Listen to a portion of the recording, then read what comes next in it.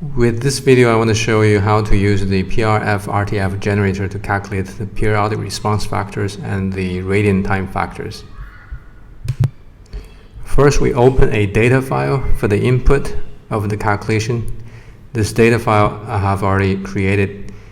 The data includes the information of the walls and the roof and also the floor. For the example 8.16 in the textbook.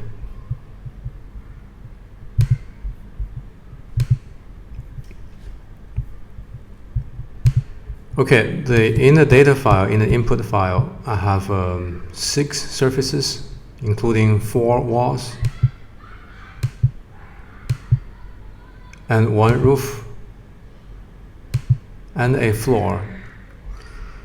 The textbook example does not provide detailed information of the floor, so I gave information of the floor according to a concrete, lightweight concrete, that material that's found in table 8.16 or maybe 8.17.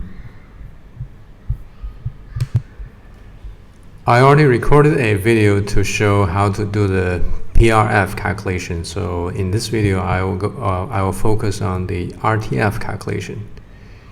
Now, before you open the data file, you should make sure that the options output is for RTF, and this is checked.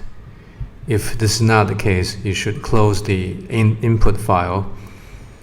Make sure the options is with the RTF checked, and then open the data file.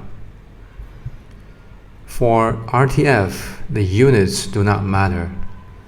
Units, of course, the quantities, the properties of the surfaces, the values depend on the unit, so you have to provide the information of the physical properties of the surfaces correctly according to the materials that you choose. But for RTF is dimensionless, so the units do not matter in terms of the results. Okay, so now you can run the calculation. You can choose Excel, and then the results will be output in the form of an Excel spreadsheet. Here you can see the RTF, the radiant time factors are shown as a function of time from 1 to 24, representing 24 hours of the day.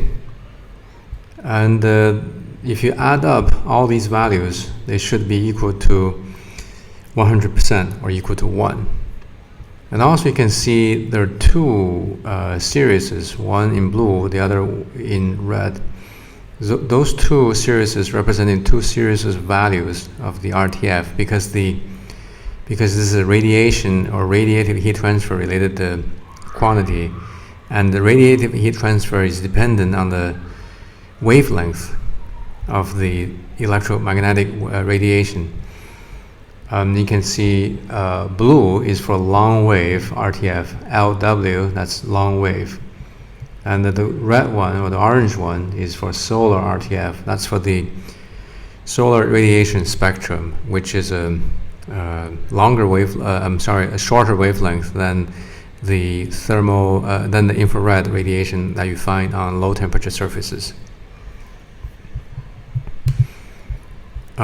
If you compare the RTF results, you will see that the results actually, the values, the first value is much higher than the value you find in the example 8.16 in that calculation example.